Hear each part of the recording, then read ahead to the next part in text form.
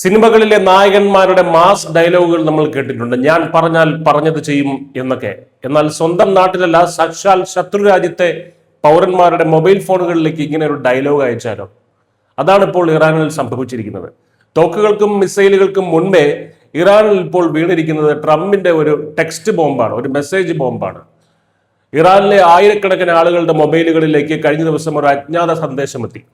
American president പറഞ്ഞാൽ അത് പ്രവർത്തിക്കുന്ന ആളാണ്, കാത്തിരുന്ന് കാണുക എന്നായിരുന്നു ആ ഭീഷണി സന്ദേശം.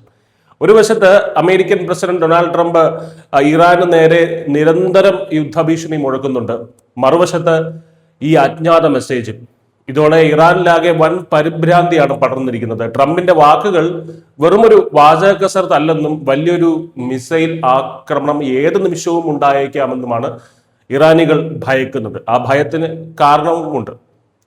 കാര്യങ്ങൾ കൈവിട്ടു പോകുമെന്ന് കണ്ടതോടെ ഇന്ത്യ അടക്കമുള്ള രാജ്യങ്ങൾ തങ്ങളുടെ പൗരന്മാരോട് എത്രയും വേഗം ഇറാൻ വിടാൻ ആവശ്യപ്പെട്ടു. കഴിഞ്ഞ സ്വീഡൻ, സെർബിയ, പോളണ്ട്, ഓസ്ട്രേലിയ തുടങ്ങിയ രാജ്യങ്ങളും സമാനമായ കർശന നിർദ്ദേശം നൽകിയിട്ടുണ്ട്. ഇതിന് പുറമെ മുൻകരുതൽ എന്ന നിലയിൽ ലെബനനിലെ അമേരിക്കൻ എംബസിയിൽ നിന്ന് ഡസൻ കണക്കിന് ഉദ്യോഗസ്ഥരെ ഇതിനകം ഒഴിപ്പിച്ചും കഴിഞ്ഞു.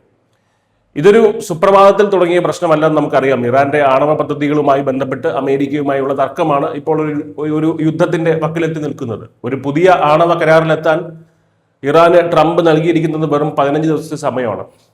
അപ്പോൾ ചർച്ചകൾ പരാജയപ്പെട്ടാൽ സൈനിക നടപടി ഉറപ്പാണെന്ന് ട്രംപ് മുൻപേ സൂചിപ്പിച്ചിരുന്നു. തങ്ങളുടെ ആണവ പദ്ധതികൾ സമാധാനപരമാണെന്നാണ് ഇറാൻ ആവർത്തിക്കുന്നത്. പക്ഷേ അങ്ങനെ ആവർത്തിക്കുമ്പോഴും അമേരിക്കയ്ക്കോ മറ്റു പാശ്ചാത്യ രാജ്യങ്ങൾക്കോ അതിൽ തീരെ വിശ്വാസമില്ല. ആണവ വിഷയം മാത്രം പോരാ, ഇറാന്റെ മിസൈൽ വികസനവും അവർ സായുധ ഗ്രൂപ്പുകൾക്ക് നൽകുന്ന പിന്തുണയും ചർച്ചയാക്കണമെന്നാണ് അമേരിക്കയുടെ ഡിമാൻഡ്. അമേരിക്കയുടെ ഈ ഭീഷണികൾക്കിടയിലും ഏതൊരു സൈനിക നീക്കത്തിനും അതിശക്തമായ മറുപടി നൽകുമെന്നാണ് ഇറാന്റെ മുന്നറിയിപ്പ് ഇതുവരെ ഉണ്ടായിട്ടുള്ളത്. ഒമാന്റെ മധ്യസ്ഥതയിൽ ചർച്ചകൾ നടക്കുന്നുണ്ടെങ്കിലും അമേരിക്ക ഔദ്യോഗികമായി പച്ചക്കൊടി കാണിച്ചിട്ടില്ല. എന്നാൽ കാര്യങ്ങൾ ഇറാൻ ഒട്ടും അനുകൂലമല്ല എന്നതാണ് സത്യം. രാജ്യത്തിന് പുറത്ത് അമേരിക്കയുടെ സൈനിക സന്നാഹങ്ങൾ ശക്തമാകുമ്പോൾ രാജ്യത്തിനകത്ത് സർക്കാരിനെതിരെ വിദ്യാർത്ഥികളുടെ വൻ പ്രക്ഷോഭവും ഇപ്പോൾ പൊട്ടിപ്പുറപ്പെടുന്നുണ്ട്.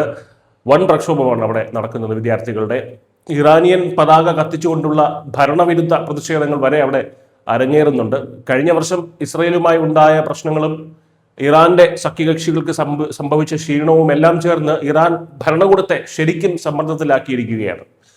മേഖലയിൽ മറ്റൊരു യുദ്ധം കൂടി ഒഴിവാക്കണമെന്ന് യൂറോപ്യൻ യൂണിയൻ ആവശ്യപ്പെട്ടിട്ടുണ്ടെങ്കിലും എപ്പോൾ വേണമെങ്കിലും പൊട്ടിത്തെറിക്കാവുന്ന ഒരു സജീവ അഗ്നിപർവ്വതമായി പശ്ചിമേഷ്യ മാറിയിരിക്കുന്നു എന്നുള്ളത് സത്യമാണ്.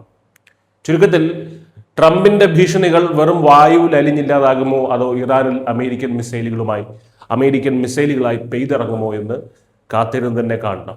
എന്തായാലും സ്വന്തം ഫോണുകളിലേക്ക് വന്ന ആ ഒറ്റ വരി സന്ദേശം ഇറാനികളുടെ ഉറക്കം കെടുത്തിയിട്ടുണ്ട് എന്ന് ഉറപ്പാണ്. News desk Malayalam.